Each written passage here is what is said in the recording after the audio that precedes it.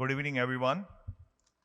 Quite a challenge when you have a beautiful session before where you bring in the talent and take the talent along with you. So, hope we can do the justice to the audience in terms of very exciting topic that we're going to talk about on integrating cross sector strategies and alliances to fast tracking and underlighting clean energy transformation that we're going to look for from here.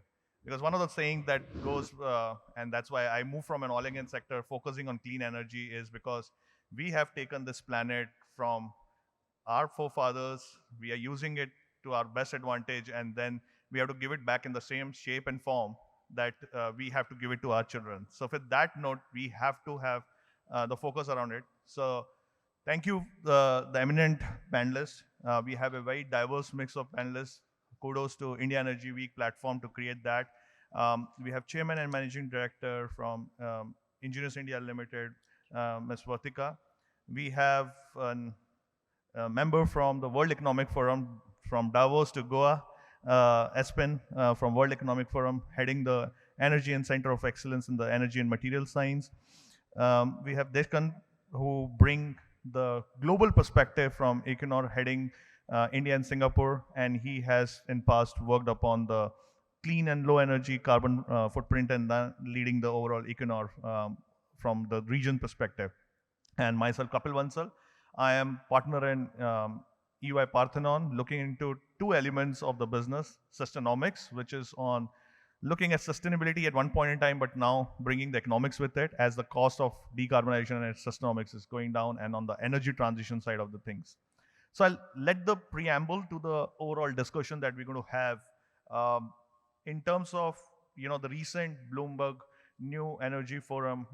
There was a complete growth of 11% on the new energy investments that you have seen, and the conventional oil and gas business has been reduced from what it is currently now. So when we saw from last 11 years, the transition has already started placing with the investment.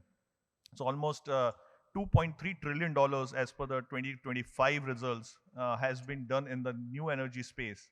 So investment is happening, but when we look from an international energy agencies, that investment is not sufficient. It's just 37% of what it needs to be done to make it a net zero and the planet back to the shape that it is required for our future generation.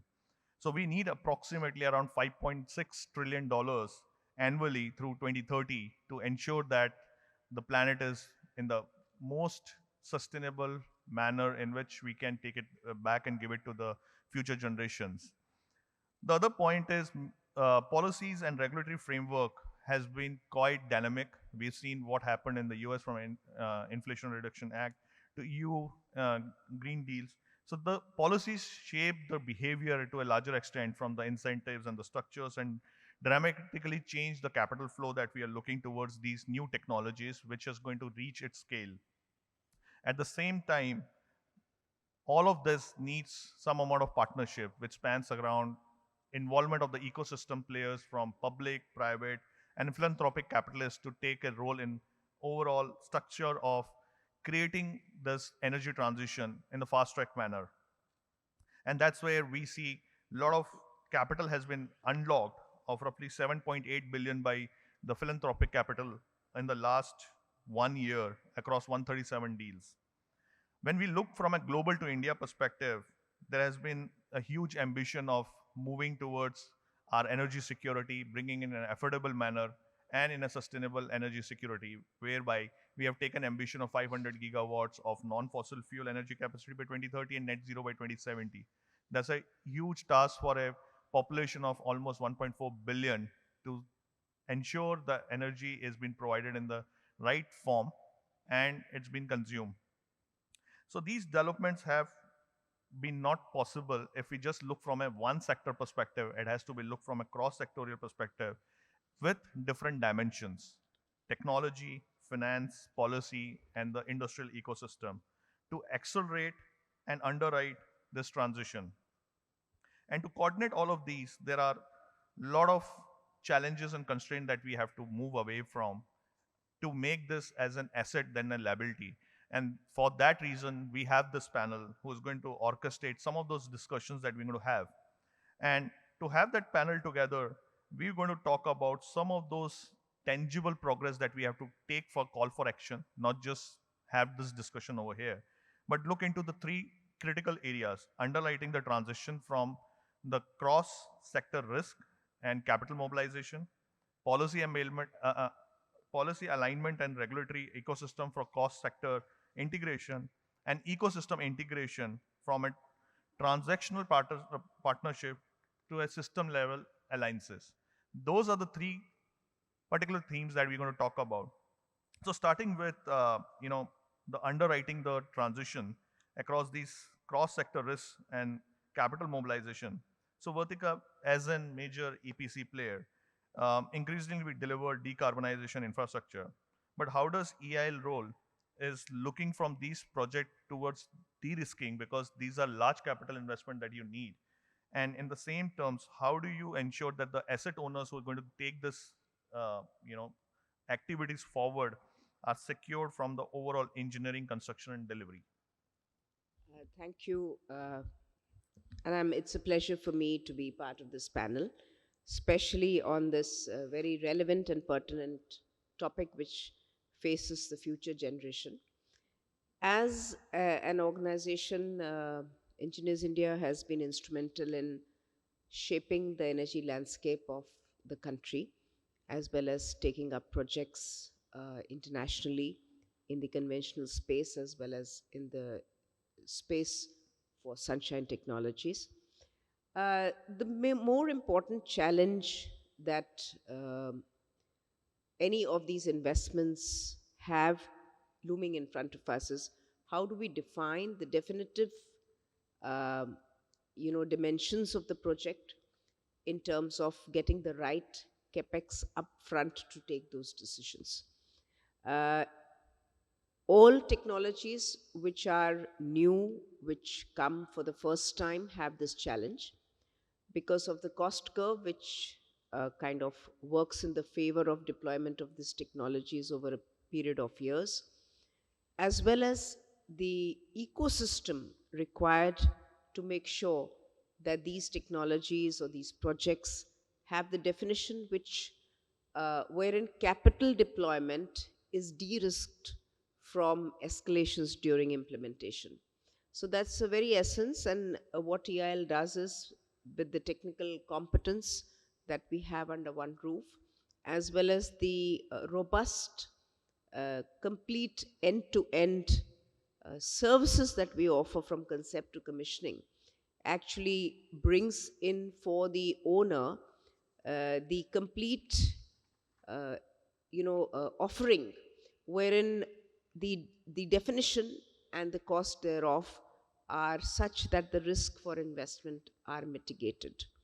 Solutions which could follow in such projects, which would need that these projects are implemented in a very timely manner to get the returns thereof, because most of these investments, as you mentioned, upward of 2.4 or 2.5 billion trillion dollars in clean energy, which is up from 1.7 to 2 and now 2.4 over the last 3 years, would also need that the investors or the funds which are deployed by various agencies see that the projects are implemented in a time bound manner, and therein solutions wherein the ecosystem of a modular concept or building up the supply chain, which is again unique for different technologies. If you talk of hydrogen, you would have the electrolyzer supply chain.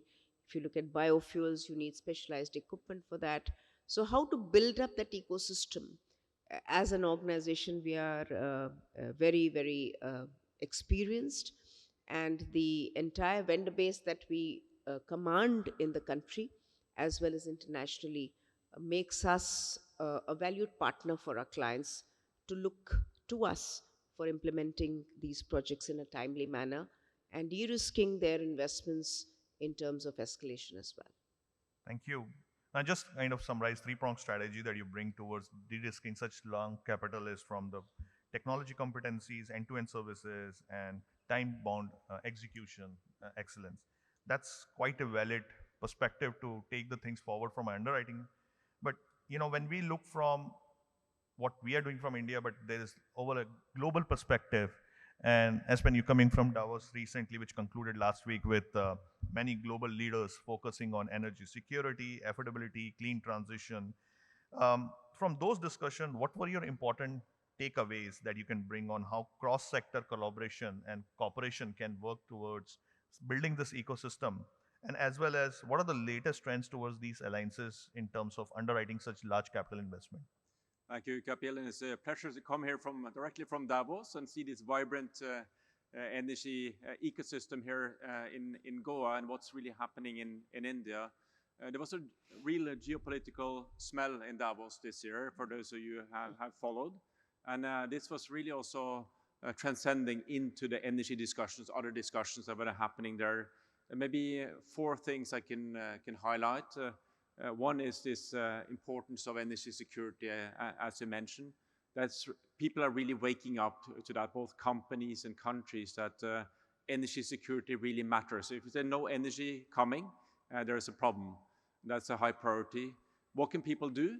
One is obviously to diversify. If you're a supplier, if you're a consumer, it still matters to diversify. Another one is transparency and predictability as much as possible on the policy frameworks. And to your point, the third is partnerships. Really think about new partnerships, diversify those partnerships. And that's also where I see a lot of companies and countries are now looking for new partnerships. We just heard the big trail deal that was signed as well, or at least announced between India and Europe. Those are the new types of partnerships. Canada as well, what they are doing worldwide. Second point, AI. There was a session here on AI right before. That's the name of the game. Of course, still very early days here. For energy, there's a question both ways. How can speed and cost to electric power come fast enough to power these data centers? But also, how can data centers really help optimize the energy system going forward? So that was really transcending the discussions. Third point is this, the growth in energy demand and how to power that, especially on the electricity side. We see the electricity demand growing 3 times faster as overall energy demand. And contrary to what most people think, data center is not the main driver. It's a big driver, not the main driver. It's actually cooling, then it's electrification of transport and industry. But how do we do this in a way that is smart? To really use this opportunity to scale clean energy, storage, other solutions that can also help clean the energy mix as we meet that demand. But let's not also forget about the fuel side of the equation. 80% of the energy mix is fuels. Only 2% is cleaner fuels. So everything from biofuels to clean hydrogen, e-fuels, etc. We had discussions around that, and I see optimism in the room, and I see also India. It's really at the edge of this. Much more can be done here, and partnerships really matter across the value chain. And the last point is around the power of the emerging economies. Of course, a lot of attention around China, who's dominating a lot of the energy discussions, but also India, Brazil, South Africa, and others are heavyweights now, both in terms of energy demand, future growth, but also on the technology side. And we can maybe come back to that later. Oh, lovely. So again, I would like to summarize that the 4 points that you brought in is the energy security with diversity, transparency and predictability, along with the partnership, AI at a speed, and growth towards energy demand in 3x growth that we are looking at. Now, that's kind of important to look at the sectorial side of the things. Now, Dr. Desikan, when you are working on Equinor across oil and gas, refining, and different sectors that are under your purview, clean energy also has a lot of components to it. Green hydrogen we talked about, renewable energy, carbon management is becoming an important area. So this is a diverse portfolio that you have to look into beyond oil and gas. How do you think the cross-sector risk allocation when you're looking towards your own investment in these sectors, number one, and number two, from an India perspective, what kind of partnership structures can make this, because we've been talking about ecosystem partnership from both the sides has been the success mantra and reducing the risk factors. So what kind of partnership that you would look from an India standpoint of view? Thanks. Hi, thanks. Can you hear me? Is this okay? No. Now? Now. Now? No, I don't think this is working. I think it runs automatically. Somebody would be managing. Okay. Can you hear me now? Maybe not. Okay. I'll just wait. I think You can somebody change. will come and fix it for him. Okay. Can you hear me now? No. Excuse me. You want this? You can use the next one. I think this is good. Yeah. Yeah. Yeah, No. you got it. I had no part to play in this. I can start by that. But like my fellow panelists, first and foremost, it's a pleasure to be here. As Espen said, it's just intriguing to see the energy in the India Energy Week. So we have visitors coming from Europe, our headquarters, and they generally go back super enthusiastic because the atmosphere here is quite electric in many ways. So answering your first question, Kapil, basically, uh, Equinor is a technology-led company, much like our peer group companies. So diving into the unknown, which is the deep reservoir under the sea, thousands and thousands of feet, many oftentimes, where you really don't know what you're getting into, comes with a lot of risk. And with the kind of capital that is spent on those kinds of wells when they're drilled, when those prospects are developed, and to maintain the production at those high capital investment platforms, also entails a lot of risk. So as an industry, like us with many other companies and our company, we generally like to, what I like to say, socialize the risk across our peer groups. And what I mean by socializing the risk is a reservoir engineer that we have may be fantastic, but then a reservoir engineer from another company can bring a different perspective, which then together can bring forward a much more stronger technical perspective towards how to exploit the best value of a reservoir. So historically, us as a company and us as an industry are very used to the concept of partnerships. We believe in the concept of diversity. We sometimes even mix engineers and geologists together, which, trust me, it's not a very popular combination, but that helps us get the best out of the people.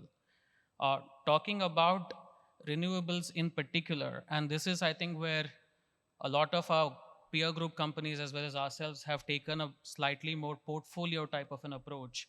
Because yes, carbon management is important, yes, CCS is important, yes, offshore wind is important, but at the same time, if you look at the return profile that some of these early scale technologies generate, it doesn't necessarily meet what our shareholders expect from a company like us.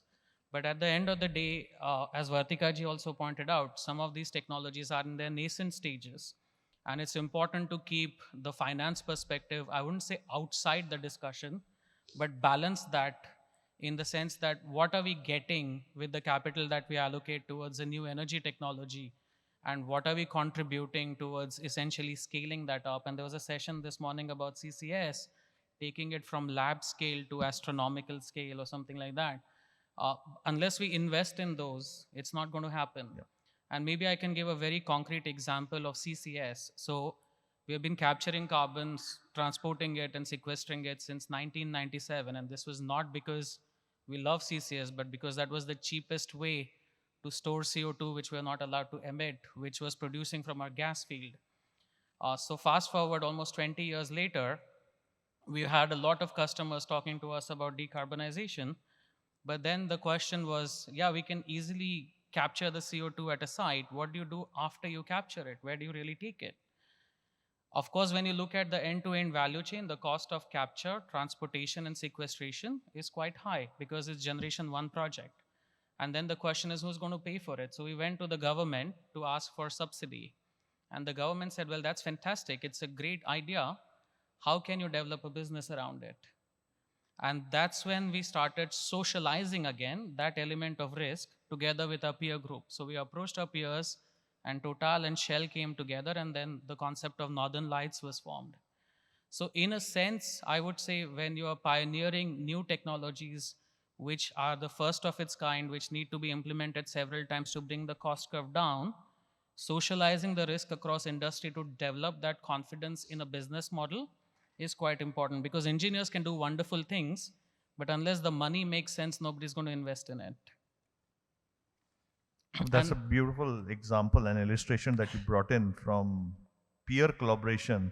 Um, no, but I still go back to you in terms of one of the things that you started off with saying that upstream is itself a risky business and capital allocation comes with its own set of risk.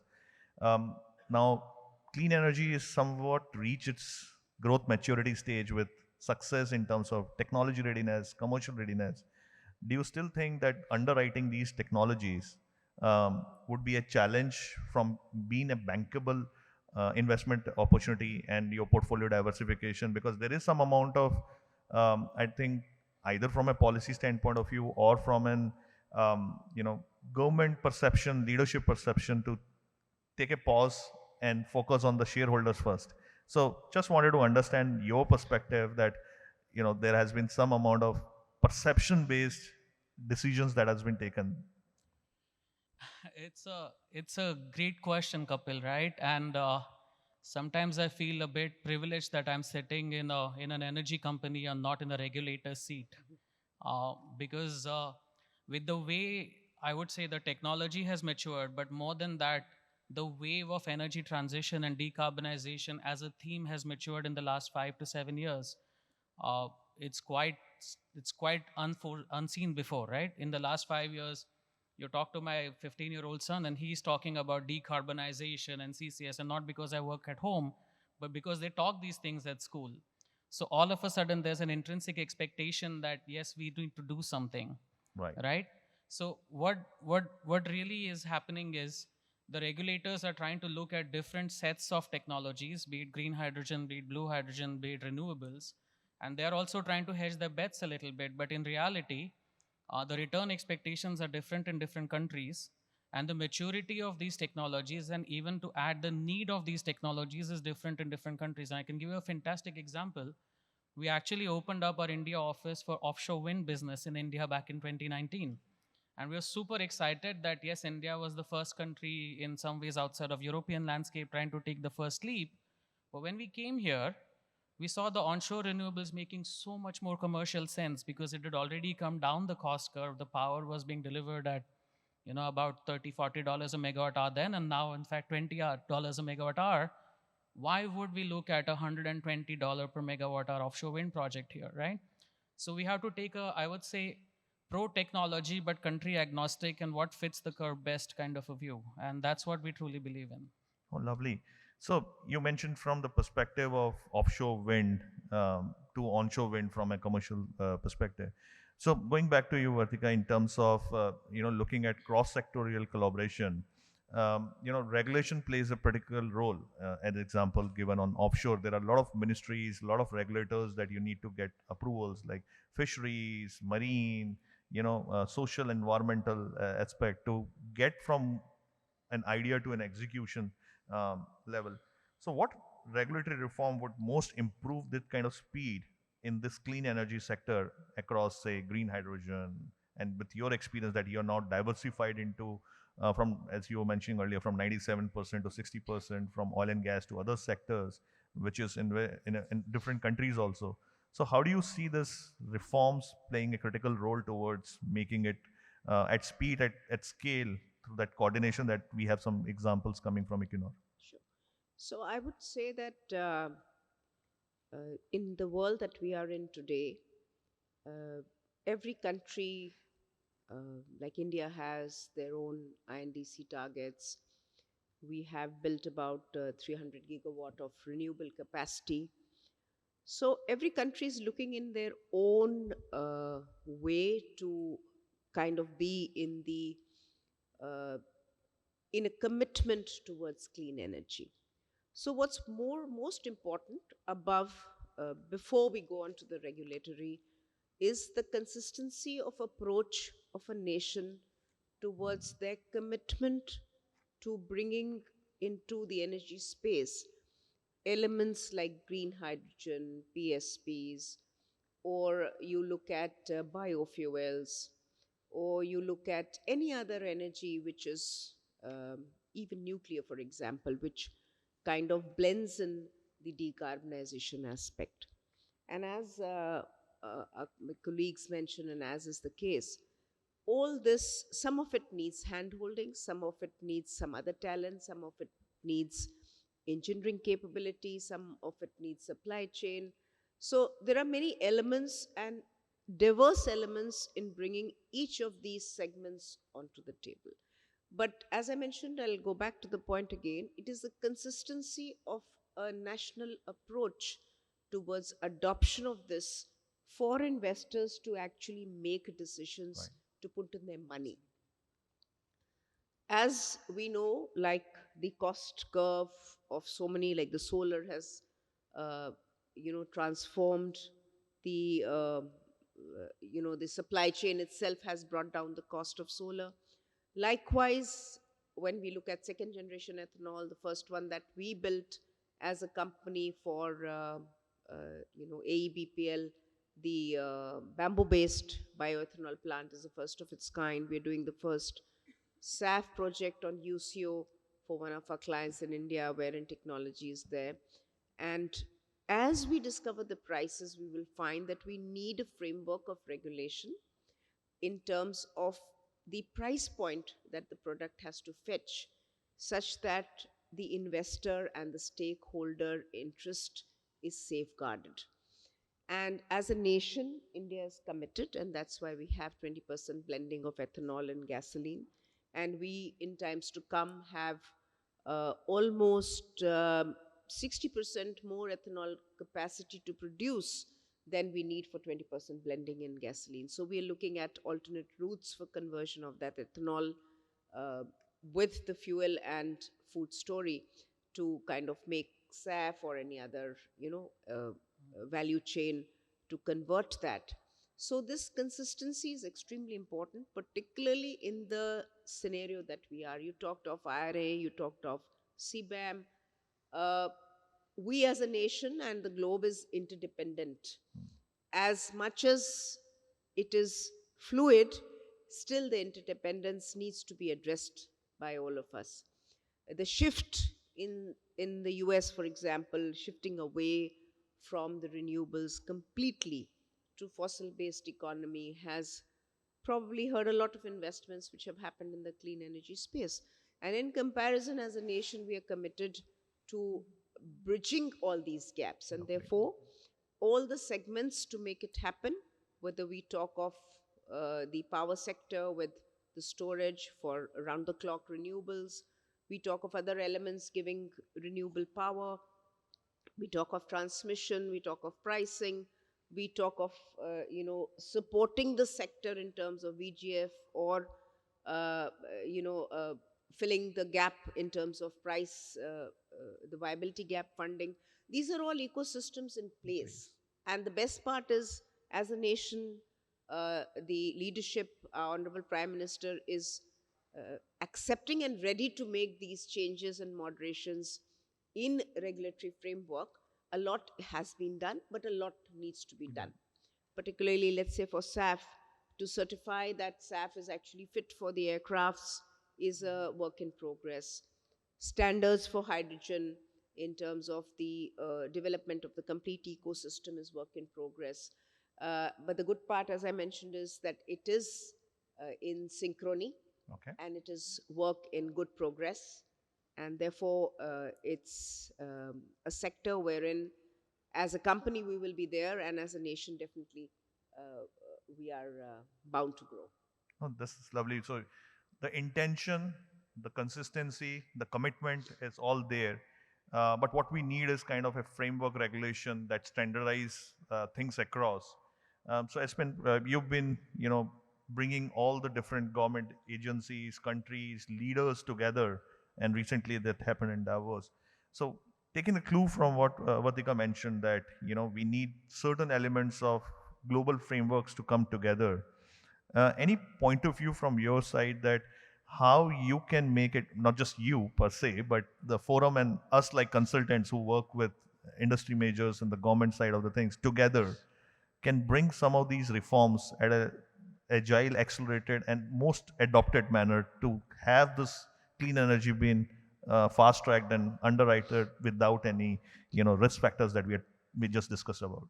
Yeah, we definitely need to speed up on the energy transition and fire on all engines. And by that, I mean also leveraging the power of policy, finance, some of the big energy companies, customers, etc., and bring them together to move faster, and also then leverage also the energy security needs, not only the sustainability. That's an opportunity. But then the question becomes how, and that's also where organizations like the World Economic Forum can play a role. We are not an implementer, we are a platform and a catalyst, but we help connect stakeholders on some of these topics. Just to give you a few examples, one is on hard-to-abate sectors that we know that they're hard to abate for a reason. More technologies are needed. Some of these technologies, like CCS, for instance, are costly. Hydrogen is another one. So we have something called the First Movers Coalition, gathering more than 100 companies, making buyers' commitments to some of these clean technologies to send a demand signal to the suppliers and the innovators. And that's where interests align. A second is perhaps on the industrial clusters. You know, these are economic zones, a lot of companies co-located. Very often they don't cooperate, but these are really points of leverage, and also where you can find win-wins within the cluster between the technology providers, sectors that use energy, those who supply, etc. And there we have a network of 40 clusters globally that's A, working locally on their own projects, and B, collaborating and sharing best practices globally. We have 6 of them in India, and they're really lighthouses for showing the way of what's possible. That can also show the way for others. And the third is on this issue of the clean fuels. So the problem here is that in some cases, biofuels in Brazil, for instance, or some other cases, it's in the money and it makes sense. But we have to make more of these fuels come into money, in more of the demand sectors faster. And that really requires cross-sector partnerships, the financiers, and we need also the policymakers to set the direction and help nudge things in a smart way that's not too expensive on the taxpayers, but still can help the industry. And things like mandates, blending mandates have been used here for biofuels, for instance, in India. It's one example. The auctions on the fertilizers that help green hydrogen come down the cost curve. It matters, but we need to move faster. And to your point on CCS, I was also started my career in the Norwegian government back in 2001, and one government had to leave their office because they didn't reach their CCS ambition 25 years ago, and now it's still not taken off, which really shows the scale of the challenge in some of these big tech areas. So how can we move faster together? So you brought a very important point on the industrial clusters, and World Economic Forum playing a role towards catalyzing it. A lot of my clients keep asking me that if we want to do it scale and we are running out of time, one of the things that is needed is, can we get some of these technologies in terms of partnership or in a kind of open source? You mentioned about industrial clusters, you mentioned about some of these learnings that have been there. While we see that there are papers, but is there a way where we can bring the knowledge asymmetry to knowledge symmetry for all the countries in a level playing grounds? Obviously there would be in synchronizations required, which Vartika mentioned, but something that can bring level playing grounds for everyone. So a hard question. I think a lot of the knowledge is out there if one puts the pieces together, and then you have partnerships, because one company cannot go it alone. So you really need to bring these innovations together with a business model that really makes sense and it becomes bankable. And if it's not really bankable, the question becomes, how can you make it bankable? There are a few ways to do that.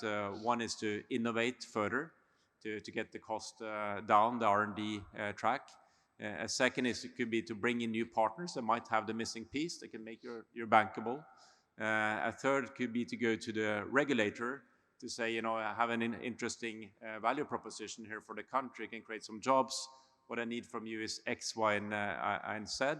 And the last, I think, is the these corporations that are go beyond individual sectors, companies, etc., for a greater good. And I think it's that type of journey we're on for things like CCS, for things like hydrogen, some of these bigger things that are very much needed in the energy system we haven't been able to solve yet. And I think India can be at the leading edge of many of these areas, given the scale here.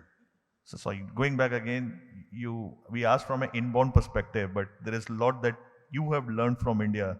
So from an outbound perspective, the whole SECI tenders, which brought price discovery, the green hydrogen that we talked about, or some of the biofuels success, that is there an outbound that we can work together to take it to the world? The global south teaching the global north now. Yeah, indeed, and that's a great opportunity. I think a lot of innovation has gone on here in this country, and the ecosystem is so vibrant. The government is setting a very clear direction of travel. The 500 gigawatt target, for instance, is just one example. And the scale here of the market is huge, and the growth is also huge, both in terms of population and demand. This gives leverage. And I think now is the time where also partners abroad, I mentioned Europe and Canada, but also others, are now looking to diversify those partnerships. And back in the days, it used to be maybe the Europeans, the Americans coming here with the technologies. Now I think the time has come that the likes of China and India have an edge. But I think the trick would be not to just try to sell those technologies back into the European market, but just to create those partnerships that are really win-win, because all countries are looking now for competitive edge and lowering emissions and security. So think about those win-wins. Lovely. No, perfect. And just to bring that whole perspective back to you, because I was just waiting for this clue from Espen, because you mentioned around the lovely partnership that you have done in, Northern Lights with Total, Shell, along with Equinor. What can be replicated the same way in India? Because we are part of one of the engagement that's coming through and would be announced in the coming budget is the CCU mission, national CCU mission after the green hydrogen success. And there is already, in the public domain, that 39,000 crores would be invested in this thing. So government, again, consistency, commitment, and desire is there to make sure. What do you think would be the success story for that to happen, what you have done globally to India? Sure. Thanks, Kapil. But maybe before I answer your question to me, I want to answer the question or maybe add something to the question you asked to Espen about Yeah. Global South and North. I think the one story which is, and maybe I've talked about this again and again because I just feel very proud about it as an Indian to share this story. I think the one story which is not very often talked about or even understood to that scale is the massive success of the Pradhan Mantri Ujjwala and Ujala schemes. I think when I start talking to even some of my industry peers, they know a little bit about it here and there, but they really don't know the scale at which it has transformed not just human lives with improving energy access, but also reduced emissions. So what Ujala was basically replacing traditional light bulbs with LEDs, and that just reduced energy consumption and brought energy efficiency to the scale like never before seen. Yep. And what Ujjwala did, we all know, which is increasing LPG access from 64 to 99%. And really what that has done, which is touching upon 7 sustainable development goals, I don't think there is any other country in the world that has even thought about such reforms, let alone implementing them with the level of success that India has managed to achieve. So instead of thinking about reducing or sequestering carbon at $200 a ton, I think replacing wood with LPG at almost $0 a ton is a much better investment in reform that India has done successfully. So I think we should all really be proud about that. Answering the question that you asked me, I think the most important thing that really helped us succeed in the Northern Lights projects is collaboration and transparency. It's very important for us, not just us, but our peers in that project to come to India and any other place we go to basically share the learnings, but also share the obvious mistakes, right? Because there's so much money and time wasted in learning that can be fast tracked by starting to collaborate. So we're already starting to have proactive dialogues with the ministry, with Niti Aayog, with DGH, with ENP companies in India. We have brought them over to the Northern Lights location almost 1 or 2 trips a year. And the theme is really to bring ahead that knowledge and fast track that learning that we had not just from a technology perspective, but also from a regulatory perspective, also from the financial perspective. And how do you really create a business out of it?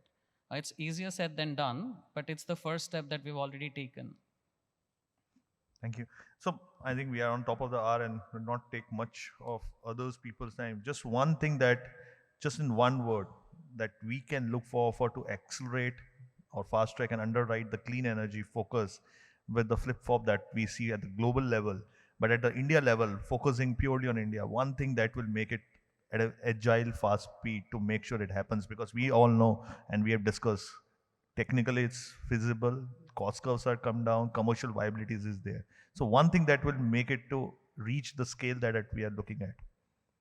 One call for action from your side, you know. Are you? Maybe Yeah, Vartika ji should. Vatika, you can start I with. can start. All right.